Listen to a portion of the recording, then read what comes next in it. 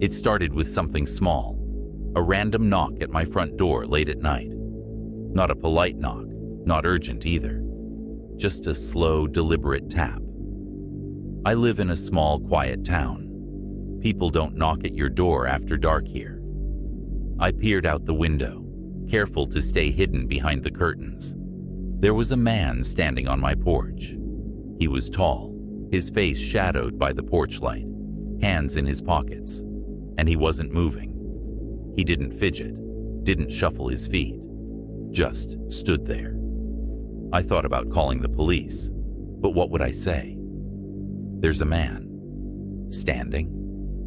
It didn't seem urgent enough. He knocked again. This time, I stepped back from the window. My heart was hammering, but I tried to reason with myself. Maybe it was someone who needed help. Maybe he was lost. I grabbed my phone and stood by the door, keeping the deadbolt in place. Who is it? I called through the wood. No answer. Do you need something? I asked again. My voice was steady, but my palms were slick with sweat. Then he laughed. Not loud, not cackling, just a low, raspy chuckle that seeped through the door like smoke. My heart sank into my stomach. I backed away, keeping my eyes on the door. He didn't knock again. Instead, he started humming, soft, off-key, a lullaby. I spent the night clutching a knife, sitting on my couch, staring at the front door until sunrise.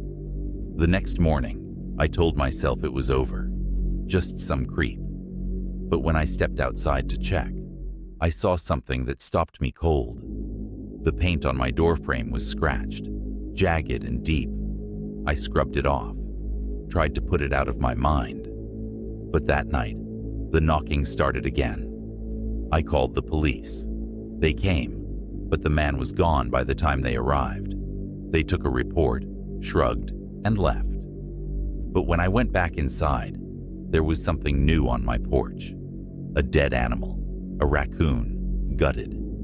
Its insides were spread out neatly, organs arranged in a perfect circle. That night, I didn't sleep. I didn't even sit down. I stood by the window with my knife and waited. At 3:13 in the morning, he came back. This time, he didn't knock. He stood in the yard, staring up at my window. I couldn't see his face, but I could see his posture, tense, rigid, like a predator waiting to pounce. I called the police again, but they told me there wasn't much they could do without him breaking the law. So I watched, and he watched back. For weeks it went on. Every night he left something on my porch, a severed cat head, a human tooth. Once, an entire pig's foot, still bloody. The police stopped taking my calls. They thought I was crazy, but I wasn't. I knew this man was dangerous. I could feel it. One night, I decided to confront him. I stood on my porch with a flashlight and my knife, waiting. When he appeared, I called out, "What the hell do you want?" He didn't answer. I stepped closer, shining the light on him. His face. I'll never forget it. He wasn't wearing a mask, but his skin was wrong. It looked stretched, like it had been peeled off someone else and stitched onto his skull. His eyes were sunken, glassy. His lips were cracked and torn, and he was smiling, a wide, crooked grin that didn't touch his eyes. "What do you want?" I repeated, my voice shaking. Finally, he spoke. "You." I ran back inside and locked the door. My heart was pounding so hard, I thought it would burst out of my chest. But before I could even catch my breath, the power went out. Everything went dark. The house was dead silent.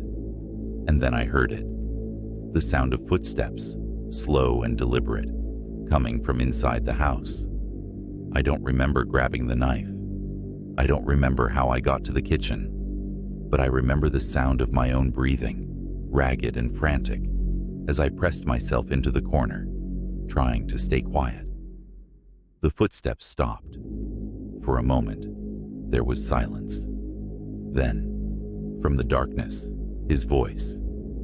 "I've been waiting for this." He lunged at me from the shadows. I didn't even see him coming. I felt his hands first, clawing at my face, his nails digging into my skin. His breath was hot, sour, reeking of rot. I swung the knife blindly, feeling it sink into flesh. He let out a guttural scream, but he didn't let go. We struggled in the dark, knocking over furniture, crashing into walls. I stabbed him again, this time in the neck. He gurgled, blood spraying everywhere, soaking my hands, my clothes. But even as he bled out, he laughed, that same low, raspy chuckle. And then, he was still. The police didn't believe me at first. They thought I had lost it, that I'd made it all up. But when they saw the body, the things he left on my porch, they knew. Turns out, he wasn't alone. He was part of something bigger. A group, a cult, a network. I don't know what to call it. They called themselves the Collectors. They stalk people, terrorize them, and when they're ready, they collect. It's been months since that night. I've moved, changed my name, tried to disappear. But sometimes, late at night, I swear I hear that knock. And I wonder if it's really over, or if they've found me again.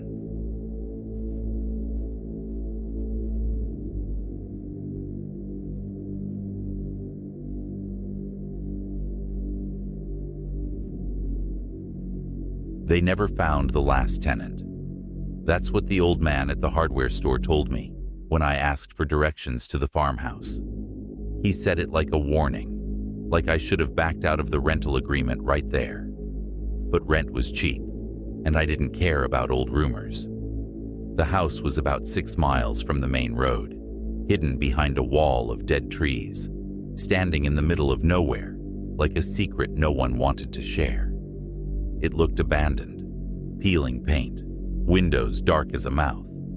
But I saw potential. I should have seen the rot first. The first night, I heard scratching. I was upstairs, unpacking boxes when it started. It was faint at first, like fingernails tapping on glass. I thought it was wind scraping a loose branch against the house. But it wasn't. The next morning, I found marks on the back door. Long, uneven scratches gouged into the wood. Not animal marks. They were too deliberate, too angry, almost human. I brushed it off. People are nosy out here, I thought. Maybe someone didn't like strangers. By the second night, the scratching turned to pounding. It started around 2 a.m. I woke to the sound of something slamming into the front door. A hard, wet thud. I crept down the stairs, barefoot, heart rattling in my chest. The sound kept going, steady, relentless. I didn't turn on any lights, just cracked the curtain by the door and peered out. No one there. But the door had fresh blood on it. I locked the door and sat in the kitchen with a knife, waiting for daylight. The third night, I heard footsteps inside the house. They were heavy. The floor creaked with every step. I froze in bed, knife clutched to my chest. I didn't move for hours, listening to the sound of someone walking up and down the hall outside my room. But the thing is, there's no hall, just a single staircase. When the sun rose, I found bloody handprints on the walls. They weren't there before. 5 long fingers, smeared like someone had dragged their hand from one end of the house to the other. I called the police. They came, looked around, but couldn't explain it either. One of the officers offered to stay for a few hours, but I declined. What could they do against something that wasn't human? The fourth night, everything fell apart.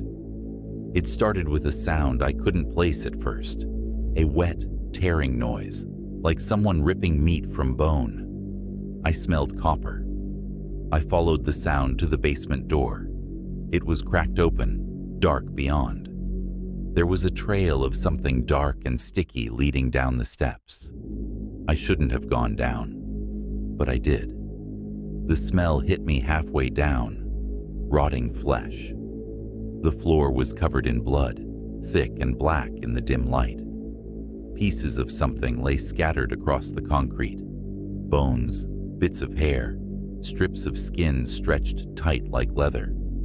And in the corner, hunched over something I couldn't see, was a man. His back was to me, shirtless, his spine sharp and twisted like a snake. I stepped back, the wood creaking beneath me. His head snapped around. His eyes were black, bottomless, and his mouth was wrong, too wide, teeth jagged and broken. He smiled. Before I could run, he lunged. He was fast, too fast. His nails tore into my arm, ripping flesh. I screamed, slamming my fist into his face. His nose cracked, blood spraying. But he didn't stop. He laughed, low and guttural, teeth red with blood. I stumbled back, slipping in the gore. He crawled toward me, hands and knees like an animal, leaving bloody prints in his wake. I grabbed the knife from my pocket, the blade shaking in my hand. "You're not real," I whispered. I ran. I don't know how I made it out. I drove to town, covered in blood, shaking, screaming for help. The police were called again. Someone eventually told me more about the old tenant, an ex-con named Miller, who had vanished without a trace. I know where he went. He's still there. And every night, I still hear him. I plan on moving out very soon.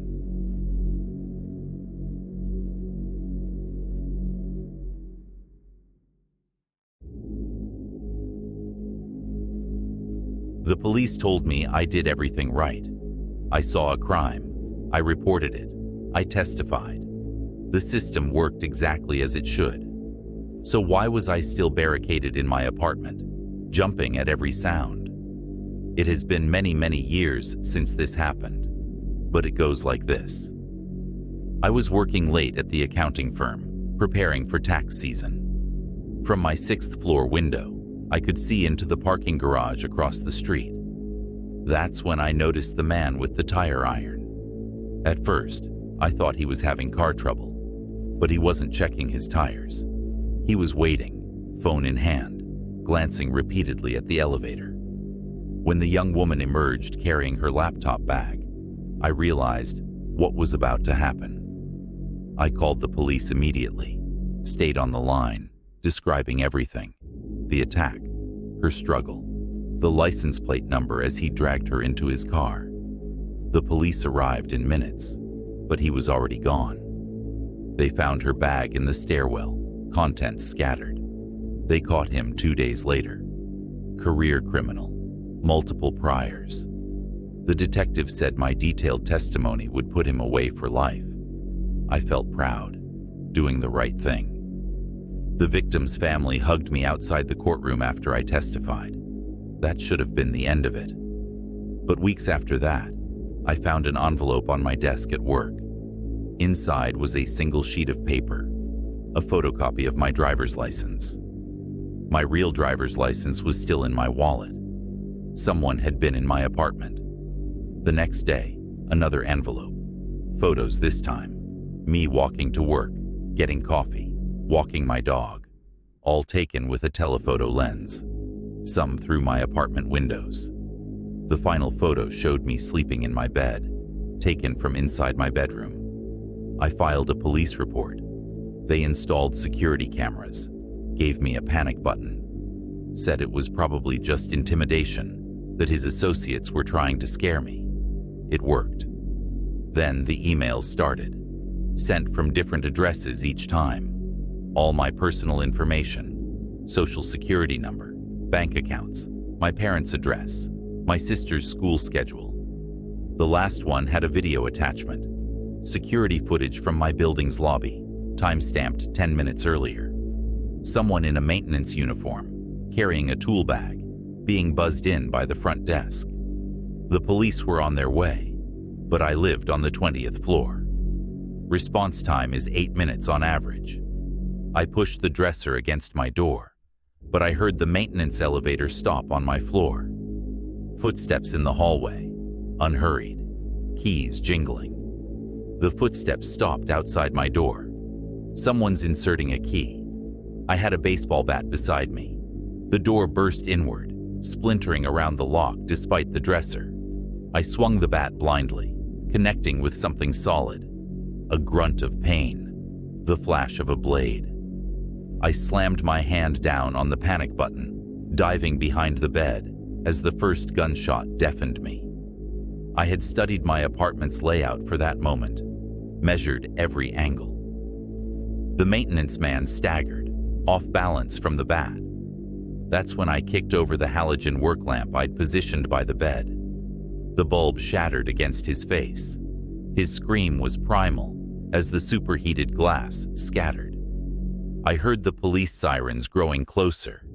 He was still coming, bloody face twisted with rage. "You should have kept your mouth shut," he snarled, raising his gun. I had never fired a weapon outside the gun range, but I had no choice. I raised the gun I had bought. 2 shots, center mass, just like I'd trained. He looked surprised more than anything else. The gun slipped from his fingers. He took 1 step toward me, then collapsed.